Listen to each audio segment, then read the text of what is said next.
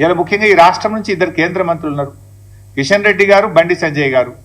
మీకు బాధ్యత లేదా అని అడుగుతా ఉన్నా. మీరు ఈ రాష్ట్రానికి ప్రాతినిధ్యం వహిస్తూ ఈ రాష్ట్రానికి అన్యాయం జరుగుతూ ఉంటే మీరు ఏం చేస్తున్నారో నేను అడుగుతా ఉన్నా. కిషన్ రెడ్డి గారు, మీరు చాలా సీనియర్ నాయకుడు, ఎమ్మెల్యేగా కూడా పనిచేశారు. మరి మీరు సిడబ్ల్యూసికి వెళ్ళి ఏ రకంగా గోదావరి బంకచెర్లకు అనుమతిస్తారో ప్రశ్నించరా? కేబినెట్ మీటింగ్లో ప్రధానమంత్రి గారికి మీరు చెప్పరా? ఇలా ఎంత దుర్మార్గం అంటే ఏ అనుమతి లేదు దానికి. నా జిఆర్ఎంబి అనుమతి లేదు, సిడబ్ల్యూసి అనుమతి లేదు, ఎన్విరాన్మెంట్ క్లియరెన్స్ లేదు, అపెక్స్ కమిటీ అనుమతి లేదు. ఏ అనుమతి లేకుండానే కేంద్ర ప్రభుత్వం 50% నిధులు గ్రాంట్ కింద ఇస్తుందట. మరో 50% నిధులు ఎఫ్ఆర్బిఎంకు అదనంగా అప్పు తెచ్చుకోవడానికి అనుమతిస్తుంది అని చెప్పి చంద్రబాబు నాయుడు గారు స్వయంగా ప్రెస్ మీట్లో చెప్తున్నారు, పత్రికల్లో వార్తలు వస్తున్నాయి. ఎట్లా ఇస్తారు? ఒక చిన్న చెరువు కట్టాలంటేనే ఎన్విరాన్మెంట్ క్లియరెన్స్ అడుగుతారు, ఒక చిన్న ప్రాజెక్టు కట్టాలంటేనే మీకు వాల్తా చట్టము, ఈ చట్టము, ఆ చట్టము, రకరకాల అనుమతులు అడుగుతారు. ఇంత పెద్ద ప్రాజెక్ట్, ఇంటర్లింకింగ్ ఆఫ్ రివర్స్, ఒక నదిని ఇంకో నదికి కలిపేటువంటి ప్రాజెక్టుకు మరి దాంట్లో అంతర్రాష్ట్ర సమస్యలు కూడా ఉన్నాయి. మహారాష్ట్ర ఉంది, కర్ణాటక ఉంది, తెలంగాణ ఉంది. పైన ఎగువ ఉన్న రాష్ట్రాల అభిప్రాయాలు తీసుకోరా? జిఆర్ఎంబి అనుమతి తీసుకోరా? ఇవి లేకుండా మరి ఎట్లా కేంద్ర ప్రభుత్వం ఆర్థిక పరమైన అనుమతిస్తుంది? ఎట్లా కేంద్ర ప్రభుత్వం ఈ ప్రాజెక్టు కట్టడానికి అనుమతిస్తుంది? మరి కేంద్రం అనుమతిస్తుంటే ఆ ప్రభుత్వంలో ఉన్న కిషన్ రెడ్డి, బండి సంజయ్లు ఎందుకు మౌనంగా ఉంటున్నారు? రాష్ట్ర ప్రయోజనాలు మీకు పట్టవా? మీ పదవులే మీకు ముఖ్యమా? తెలంగాణ రాష్ట్ర ప్రయోజనాలు మీకు ముఖ్యమా అని నేను అడుగుతా ఉన్నా. మీకు బాధ్యత లేదా అని నేను అడుగుతా ఉన్నా. అడగండి, ప్రశ్నించండి, మన రాష్ట్ర ప్రయోజనాలు కాపాడండి.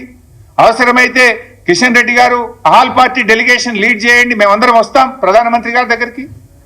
ఈ రాష్ట్రం నుంచి కేంద్ర కేబినెట్ మంత్రిగా ఉన్న కిషన్ రెడ్డి గారు అన్ని పార్టీలను తీసుకుపోయి తెలంగాణ ప్రయోజనాలు కాపాడవలసిన బాధ్యత మీ మీద ఉన్నది. పదవిలో ఉండడం ముఖ్యం కాదు, ప్రజల ప్రయోజనాలు ముఖ్యం. ప్రజల యొక్క, ఈ రాష్ట్రం యొక్క ప్రయోజనాలు మీరు కాపాడలేకపోతే ఆ పదవిలో ఉండే అర్హత కూడా మీకు లేదు అని చెప్పి నేను మనం చేస్తా ఉన్నా. ఎట్లా ఇస్తారు నిధులు? ఎట్లా ఇస్తారు? అసలు ఆ ప్రాజెక్టుకు జీరో పర్మిషన్స్, నైదర్ సిడబ్ల్యూసి, నార్ జిఆర్ఎంబి, నార్ ఎన్విరాన్మెంట్ క్లియరెన్స్, నార్ ఇంటర్స్టేట్ అగ్రిమెంట్, నథింగ్. ఇక దానికి ఏ రకంగా ఇస్తారు అని నేను అడుగుతా ఉన్నా. ఇంకా ఉల్టా బాధ కలిగే అంశం ఏంటంటే తెలంగాణ ప్రభుత్వం అన్ని అనుమతులతో మనం కాళేశ్వరం ప్రాజెక్టును త్వరితగతిన పూర్తి చేయాలి, తెలంగాణ ప్రజల రైతుల దాహార్తిని తీర్చాలని చెప్పి మనము కేంద్ర ప్రభుత్వ సంస్థల నుంచి అప్పు తెచ్చుకున్నాం. ఇది ప్రైవేట్ బ్యాంకులు కాదు, రేవంత్ రెడ్డి లెక్క 170 కోట్ల బ్రోకర్ ఫీజు లంచం ఇచ్చి భూములు కుదబెట్టి షేర్ మార్కెట్లో తేలే. మేము కేంద్ర ప్రభుత్వ సంస్థ ఆర్ఈసి, పిఎఫ్సి దగ్గర మనం అప్పు తెచ్చినాం. తెస్తే ఇదే కేంద్ర ప్రభుత్వం ఇది ఎఫ్ఆర్బిఎం కంటే అదనంగా ఉన్నది అని రికవరీ పెట్టింది, మన మీద రికవరీ పెట్టింది కేంద్ర ప్రభుత్వం.